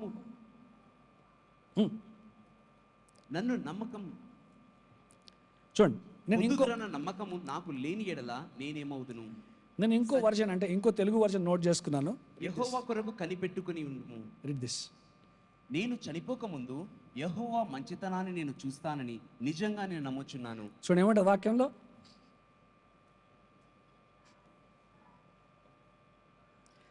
నేను చనిపోకముందు యెహోవా మంచితనాన్ని నేను చూస్తానని నిజంగా నేను నమ్ముచున్నాను. హల్లెలూయా. ప్రస్తుతం కష్టాల్లో ఉన్నారేమో, బహుశా మీ పరిస్థితులు మీతో మాట్లాడుతున్నాయి, బహుశా మీ శరీరం మీతో మాట్లాడుతుంది, బహుశా సాతాను మాట్లాడుతున్నాడు మీతో. అలాంటి సమయంలో మీరు ఏం మాట్లాడాలా? దేవుని వాక్యాన్ని పలకాలా. కీర్తనలు 27:13 వచనంలో రాయబడి ఉంది, నేను చనిపోకముందు ఖచ్చితంగా యెహోవా మేలు నన్ను మంచితనాన్ని చూస్తానని నమ్ముచున్నానని గట్టిగా పలకాల. హల్లెలూయా. చూడండి, అలా వాక్యాన్ని పలికినప్పుడు నిరుత్సాహానికి మన జీవితంలో అవకాశం ఉండదు. చూడండి, దావీదు గొలయాతు యొక్క మనం ఆ పోరాటాన్ని గమనించినట్లయితే, దావీదు గొలయాతుని ఎక్కడ గెలిచాడో తెలుసా? చంపిన తర్వాత కాదు, మాటల్లో. చూడండి, ఎప్పుడైతే గొలయాతు దావీదు చూసి మాట్లాడాడో, దావీదు మౌనంగా ఉండలేదు, తిరిగి మాట్లాడాడు. అవునా? చూడండి, అది సౌలు తన సైన్యం చేయలేదు. 40 రోజులు ఉదయం రాత్రి గొలయాతు వచ్చి సవాలు విసిరాడు అనమాట. ఎవరికి? సౌలు తన సైన్యానికి. వాళ్ళు ఏం చేశారు? మౌనంగా విన్నారు.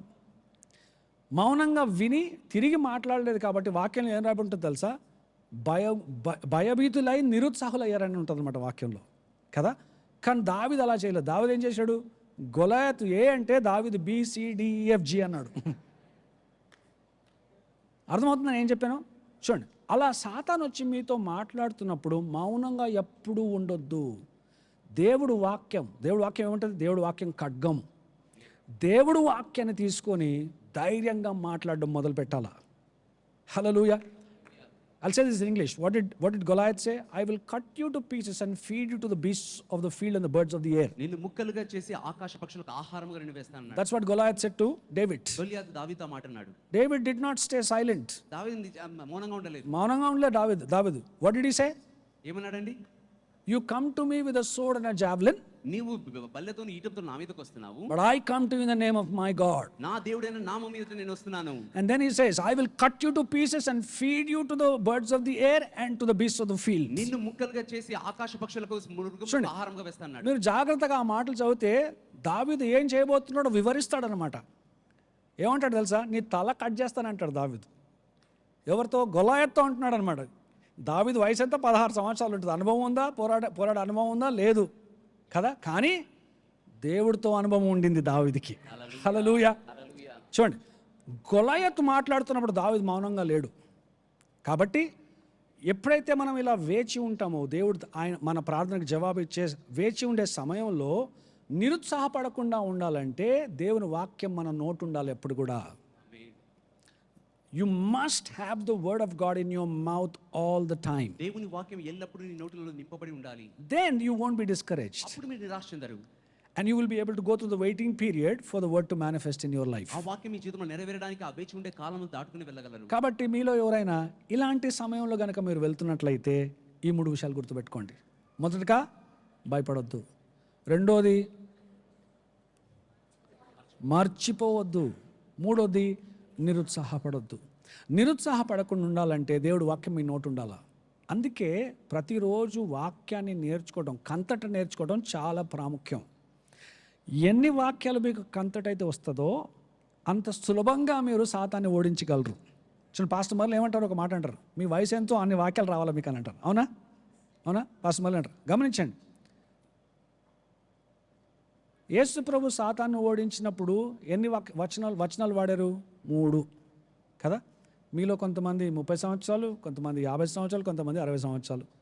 50 వచనాలు కనుక మీకు వచ్చినట్లయితే, నోట కంటతడు వచ్చినట్లయితే, ఆలోచించండి సాతాని పరిస్థితి ఏంటో. మీ ముందు నుంచి ఉంటే నిలబడలేడు, నిరుత్సాహపరచలేడు మిమ్మల్ని. ఒక్క విషయం గుర్తుపెట్టుకోండి, పరిస్థితులు ఎలా ఉన్నప్పటికీ కూడా, ప్రస్తుతం రుజువు లేనప్పటికీ కూడా మన దేవుడు నమ్మదగినవాడు. ఖచ్చితంగా ఆయన చేసిన వాగ్దానం మన జీవితంలో సమయం వచ్చినప్పుడు నెరవేరుస్తాడు. అంతవరకు వేచి ఉండి భయపడకుండా, మర్చిపోకుండా, మనల్ని మనము బలపరుచుతూ వేచి ఉండటం మన బాధ్యత. అలా కనుక మీరు చేయగలిగితే దేవుని వాక్యం మీ జీవితంలో నెరవేర్చబడడానికి ఎవరు కూడా ఆపలేరు. మిమ్మల్ని ఎవరు కూడా ఆపలేరు. మీరు ఖచ్చితంగా తలగా ఉంటారు కానీ తోకగా ఉండరు.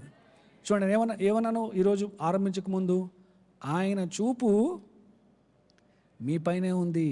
హల్లెలూయా. ఐ సెడ్ ఆయన చూపు మిమ్మల్నే చూస్తున్నాడు యేసుప్రభు. ఇప్పుడు బహుశా మీకు అది అంటే ఆ అనుభవం లేకపోవచ్చు. బహుశా మీరు దుఃఖంలో మునిగి ఉన్నారేమో, ప్రస్తుతం కష్టాల్లో మునిగి ఉన్నారేమో, కనిపించకపోవచ్చు. కానీ దేవుని దృష్టి మాత్రం మీపైనే ఉంది. ఆయన అనుకున్న సమయం వచ్చినప్పటికీ ఖచ్చితంగా ఆ వాక్యం మీ జీవితంలో నెరవేర్చబడుతూ మీరు బయటికి రాగలరు. అంతేకాకుండా ప్రతి పోరాటం, ఏదైతే పోరాటం మీరు పోరాడుతున్నారో ఇప్పుడు, ఖచ్చితంగా గెలుపొందుతారు. నమ్మిన వారు ఆమెను చెప్పాలా? నేర్చుకున్నారా ఏమన్నా ఉదయకాల సమయము? ఏం చెప్పినా భయపడొద్దు, మర్చిపోవద్దు, నిరుత్సాహపడొద్దు. ఈ 3 చేయాలంటే ఏం చేయాలో కూడా చెప్పాను. ఒక మాట అన్నాను, ఏమన్నాను? కేవలం వాక్యం వింటే సరిపోదు, విన్న వాక్యాన్ని పాటించాలి. ఎప్పుడైతే మనం విన్న వాక్యాన్ని పాటిస్తామో అప్పుడు దేవుని వాక్యం మన జీవితంలో ఖచ్చితంగా నెరవేర్చబడుతుంది. నమ్మిన వారు ఆమెను చెప్పాలా? అందరూ కూడా తలలోంచి కళ్ళు మూసుకున్నట్లయితే ప్రార్థన చేస్తాను. Thank you lord. We never close our services without giving an opportunity for people to be saved. ప్రజలు రక్షణ పొందే అవకాశం ఇవ్వకుండా ఏ ఆరాధన కూడా మనం ముగించము. So I encourage everybody here today, if you are here and if you've never accepted Jesus as your Lord and Savior, ఇక్కడ ఉన్న ప్రతి ఒక్కరిని ప్రోత్సహిస్తున్నాను, మీరు ఇక్కడ ఉంటున్నారు, యేసుక్రీస్తుని మీ ప్రభువుగా రక్షకుడిగా మీరు ఎన్నడూ అంగీకరించినట్లయితే, I want you to know that God wants to bless you today.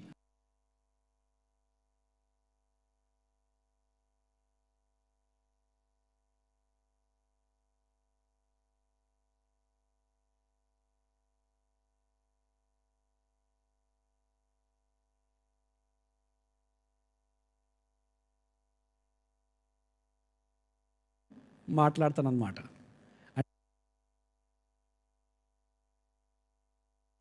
3 సార్లు హల్లెలూయా అంటూ దేవుని స్తుతిద్దాం. 1 గట్టిగా, 2 3 హల్లెలూయా చప్పట్లు కొట్టుకుంటూ దేవుని స్తుతిద్దాం. ఆమేన్, ఆమేన్, ఆమేన్. దయచేసి కూర్చోండి.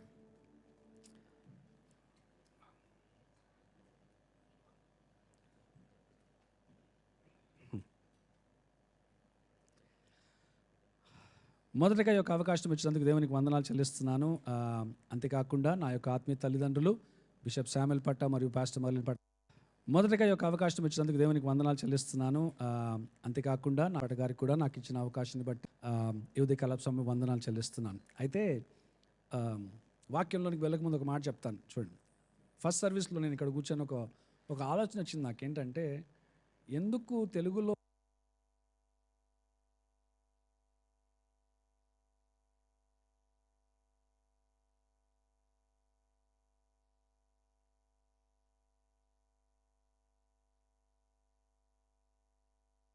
మొదటగా ఈ యొక్క అవకాశం ఇచ్చినందుకు దేవునికి వందనాలు చెల్లిస్తున్నాను. అంతేకాకుండా నా యొక్క ఆత్మీయ తల్లిదండ్రులు బిషప్స్ ఆపలేరు, మిమ్మల్ని ఎవరు కూడా ఆపలేరు. మీరు ఖచ్చితంగా ఏదైతే పోరాటం మీరు పోరాడుతున్నారో ఇప్పుడు ఖచ్చితంగా నెరవేర్చబడుతుంది. నమ్మిన వారు ఆమెను చెప్పాలా? అందరు కూడా తలలోంచి కళ్ళు మూసుకున్నట్లయితే ప్రార్థన చేస్తాను. జీవితంలో ఖచ్చితంగా నెరవేర్చబడుతుంది. నమ్మిన వారు ఆమెను చెప్పాలా? అందరు కూడా తలలోంచి కళ్ళు మూసుకున్నట్లయితే చెప్పాలా? అందరు కూడా తల ఆమెను చెప్పాలా?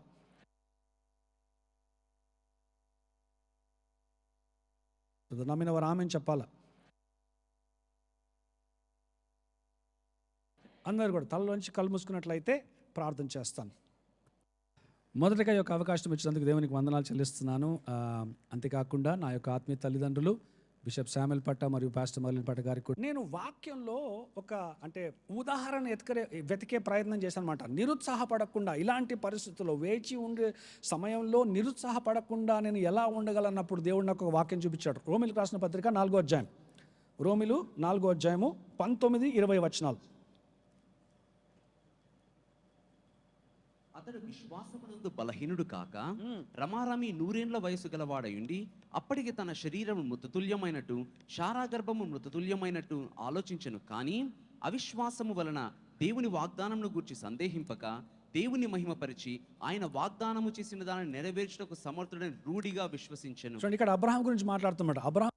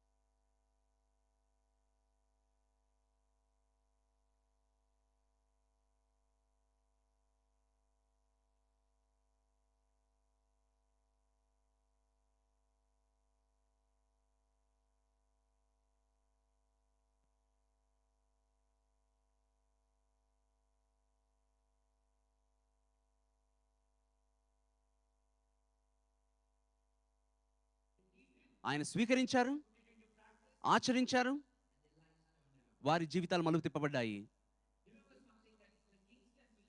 కింగ్స్ టెంపుల్ సంఘం అనేది నమ్ముతున్నది in the preaching of the uncompromised word of God. రాజీ పడని దేవుని వాక్యము బోధించబడాలి అని. Because this teaching of sowing and reaping విత్తుట కొయ్యుట అనేటువంటి బోధ has brought a lot of people చాలా మంది ప్రజలను తీసుకొచ్చింది out of the rut of lack. కొరత అనే పట్టు నుంచి. Because this is what Bishop said, that bishop గారి మాట అంటారు, that him and poverty are divorced. ఆయన పేదరికము విడాకులు తీసుకున్నామని చెప్తారు బిషప్ గారు. I always say this whenever I get the opportunity to share this word. ఈ వాక్యం పంచుకునే దానికి అవకాశం వచ్చిన ప్రతిసారి మాట చెప్తానండి. This was a secret that he received. ఆయన పొందుకున్న రహస్యము, మర్మం ఇది. He believed in that. దాన్ని ఆయన నమ్మాడు, He started doing it. చేయడం ఆచరించాడు. He started seeing the manifestation of it. దాని యొక్క నిజ రూపం తన జీవితంలో అనుభవించాడు. But he did not keep it to himself. కేవలం తన దగ్గర అది పెట్టుకోలేదు.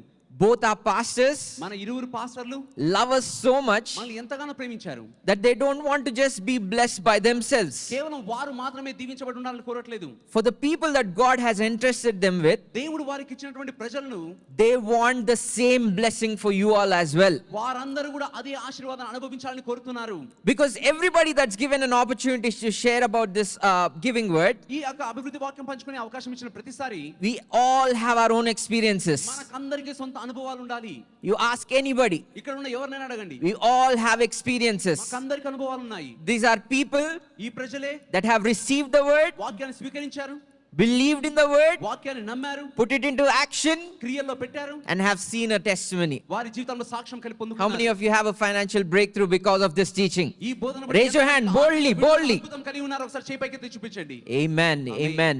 That is the reason we believe in the principle of sowing and reaping. అందుకోసమే విత్తుట కొయ్యుట అనేటువంటి నియమాన్ని మనం నమ్ముతున్నాము. Because remember something, because you can't be learning something మీరు ఏదో ఒకటి నేర్చుకుంటూ but you never put it into practice. ఆచరించకుండా ఉండలేరు. Let's say you take a guitar course. Guitar course చూడండి ఒకసారి. You watch all the videos. వీడియోలన్నీ చూసారనుకోండి. You finish like the 20-week course. 20 వారాల course పూర్తి చేశారు మీరు. But you never practice it. కానీ దాన్ని ప్రాక్టీస్ చేయకపోతే, If somebody asks you, do you know how to play the guitar? ఎలా గిటార్ని ఎలా వాయించాలో నీకు తెలుసా అని Do ఎవరైనా you అడిగితే, say, I know it in my mind? నాకు తెలుసు, నా మనసులో తెలుసు అంటారా? Because they're going to ask you proof. ఎందుకంటే రుజువు అడుగుతారండి వారు. You have to do something to be able to know it. ఒకటి గ్రహించాలి అంటే మీరు చేసే వ్యక్తులు ఉండాలి. And it's so important ఎంత ప్రాముఖ్యం అంటే that this teaching of sowing and reaping, విత్తుట కొయ్యుట ఈ బోధ it's not just in your head, కేవలం మీ మనసులో ఉండడం కాదు. but you believe it, మీరు అది నమ్మాలి, receive it, దాన్ని స్వీకరించాలి, and you practice it and see your manifestation. దాన్ని పాటించి మీ జీవితంలో నిజ రూపంగా అనుభవించాలి. Amen? Amen. Amen, amen. Well, the thing about giving is, this was not just taught by great men in the Bible, prophets and teachers and everybody. ఇవ్వడం గురించి గొప్పగా విషయం ఏమిటి అంటే ఏదో ప్రవక్తలు లేకపోతే వేరే వారు ఎక్కువ దాని గురించి చెప్పడమే కాదు. You know who showed us that giving is really important? ఇవ్వడం ఎంత ప్రాముఖ్యమో ఎవరు మనకు బోధించారో తెలుసా? It's God the Father. తండ్రి అయిన దేవుడు. Let's look into the word. We know this very famous scripture. మనకందరికీ తెలిసిన లేఖన భాగం ఇది.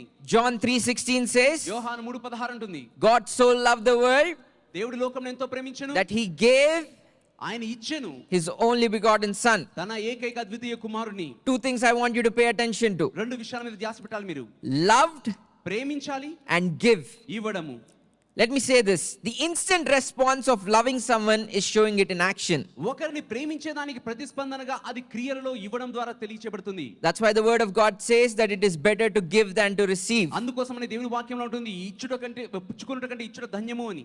There's something very common about these two terms. ఈ రెండు పదాల గురించి సాధారణమైన విషయం ఉంటున్నది. That it involves action క్రియ దానిలో పాలు పంచుకుంటుంది, and it involves sacrifice. త్యాగము కూడా దానిలో పాలు పంచుకుంటుంది.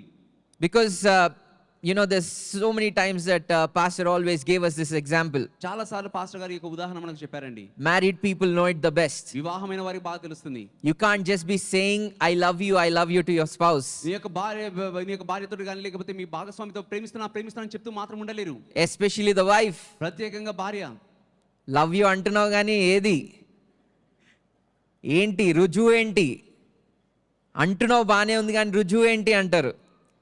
సో నవ్వుతున్నారు, మీకు తెలుసు కాబట్టి నవ్వుతున్నారు. If you love somebody, it always involves love. It always involves action and sacrifice. మీరు ఒకరిని ప్రేమిస్తున్నారంటే ఖచ్చితంగా అది క్రియల్లో చూపించాలి, అదే రీతిగా త్యాగంలో కూడా వ్యక్తపరచబడుతుంది. In movies, we see this a lot, right? సినిమాలో ఎక్కువ చూస్తాం కదా ఇది.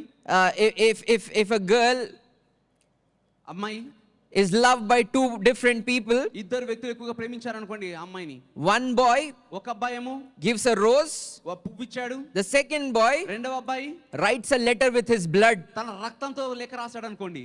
Who do you think the girl will love more? అమ్మాయి ఎవరిని ఎక్కువ ప్రేమిస్తుందో తెలుసా? There is always action and sacrifice. త్యాగము అర్పణ కూడా ఉంటుంది దానిలో. Let's look at this verse in Philippians. ఫిలిప్పీయుల రాసిన పత్రికలో మనం చూద్దాము. It's in 4:18 to 19 in LLT. It says, I'm reading the later part of it. At the moment I have all I need and more. I am generously supplied with the gifts you sent me.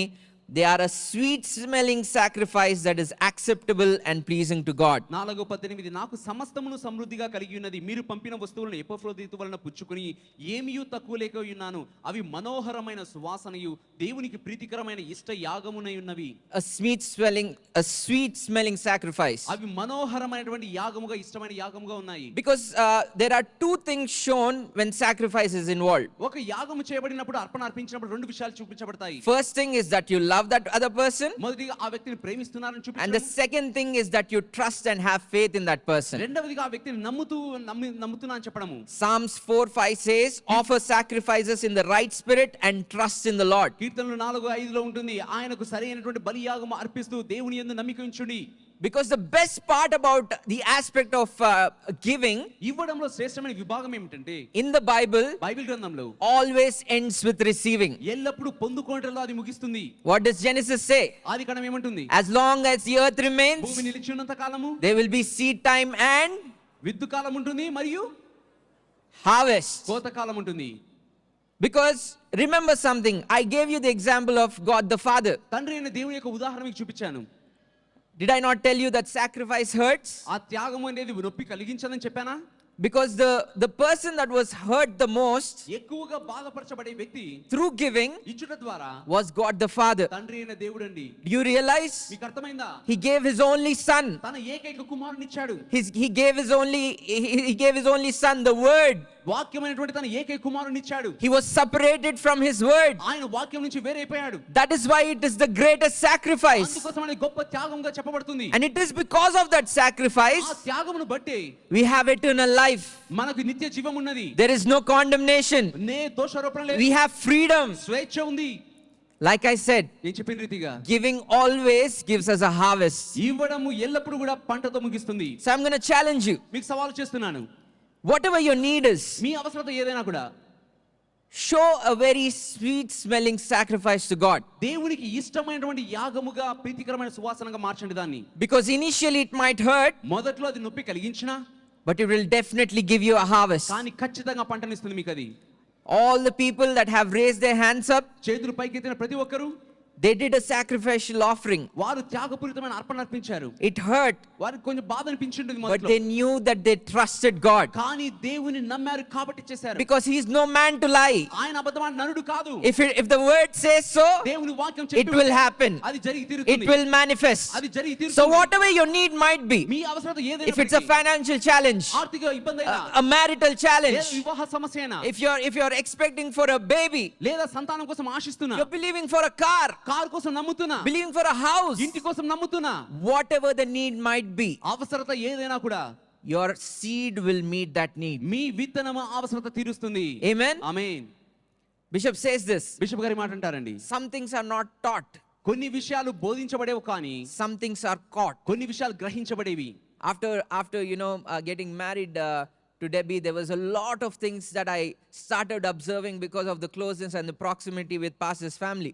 వివాహం అయిన తర్వాత డెబ్బీతో జీవించడం వల్ల తను ఎన్నో విషయాలు తన కుటుంబం బట్టి నేర్చుకున్నారు. One of the things that I observed with Pastor Merlin was pastor Marilyn నుంచి గ్రహించిన విషయం ఏంటంటే that her offering envelope offering envelope అంతా కూడా had a lot of writing. ఎక్కువ రాసేస్తారండి, మొత్తం అంతా నింపేస్తారు. Everything that she needed and asked from God, తనకు కావాల్సిన ప్రతిదీ దేవుని ఏదైతే అడుగుతున్నారో she wrote it down. ఆమె రాసేస్తుంది. Name your seed today. మీ విత్తనానికి పేరు పెట్టండి. Because I'm telling you, నేను చెప్తున్నాను, that seed will meet your need. ఆ విత్తనం మీ అవసరత తీరుస్తుంది. And I just did not just see it, కేవలం అది చూడడం మాత్రమే కాదు, I started practicing myself. నేను కూడా దాన్ని పాటిస్తున్నాను. Whatever that need is, నా అవసరత ఏదైనా have faith, విశ్వాసం ఉంచండి, write it down, రాయండి, name your seed, మీ విత్తనాన్ని పేరు and పెట్టండి. your harvest is bound to happen. మీ పంట వచ్చి తీరుతుంది. Amen. ఆమేన్.